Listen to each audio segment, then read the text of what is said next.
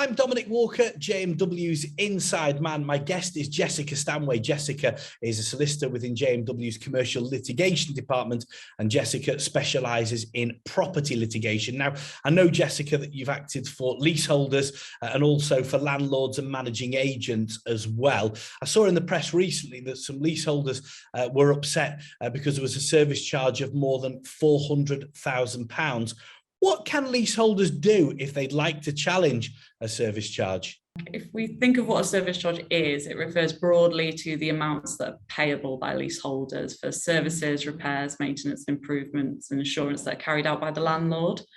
And as a result of the ongoing building safety crisis, we are increasingly seeing news of leaseholders who are receiving these sort of astronomical service charge demands, demanding payment of tens of thousands of pounds.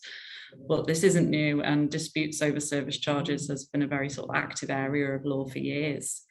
So there's a number of sort of statutory restrictions and protections that have been put into place for leaseholders. And on the whole, I find landlords and managing agents are very good at complying with those obligations, but things do go wrong. So the starting point for any leaseholder is that a service charge is only payable to the extent that it's been reasonably incurred. So there's no strict definition of what reasonably incurred actually means, but there is a large body of sort of case law which gives guidance to us on what isn't reasonable. So sort of examples of this, and this isn't definitive, is that perhaps a particular service hasn't been provided for in the lease but has been carried out, or the costs of works are excessive and they could have potentially have been carried out for a lesser cost, or the work is unnecessary, or the works are more expensive as a result of historic neglect of the building. It may also be that perhaps the landlord or management company hasn't necessarily complied with its statutory requirements, in that perhaps it hasn't validly demanded the sums, or it hasn't complied with, say, consultation. So if a leaseholder does want to challenge their service charges for whatever reason, then Section 27A of the Landlord and Tenant Act allows them to apply to the First Tier Property Tribunal for a determination as to whether or not a service charge is payable. And in the application, the FTT will consider whether the individual charges and items are reasonable, and if so, how much should have been paid for them. Leaseholders can challenge specific items of service charge, but they can go back up to a period of 12 years potentially, and they can challenge future service charges that perhaps haven't fallen due yet. So the tribunal itself, it has specialist property judges which are really familiar with this area of law, and they're the ones that hear the application and consider the challenges. And then after that, they could go away and make a determination as to whether or not a service charge is actually payable, and if so, how much, and should the liability of the leaseholder be reduced.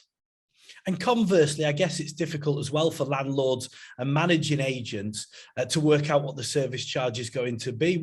How do they do that?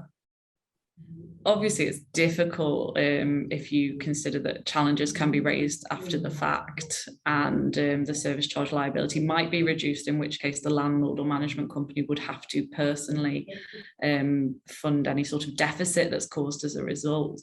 I do find that the tribunal itself is very understanding of the fact that they are sort of balancing the interests of landlords and management companies and the interests of the leaseholders. But Section 27A applications aren't exclusive to leaseholders. Landlords and management companies can also make the applications and get a determination themselves as to whether or not a service charge is payable. And I think this is particularly a good idea where you're potentially embarking on, say, major works, where you want absolute clarity as to whether or not those costs will be recoverable before you spend potentially millions, which you then may not be able to recover later down the line. And if you've got that determination, it offers that assurance and it prevents disputes after the fact. And Jessica, what can leaseholders do, or indeed landlords or managing agents do, if they want some guidance in this area? Well, as I said, it's a bit of a tricky area, and I do think it's always worthwhile, whether you're a leaseholder or a landlord, to get advice in the first instance if you're potentially concerned as to whether or not a service charge is recoverable.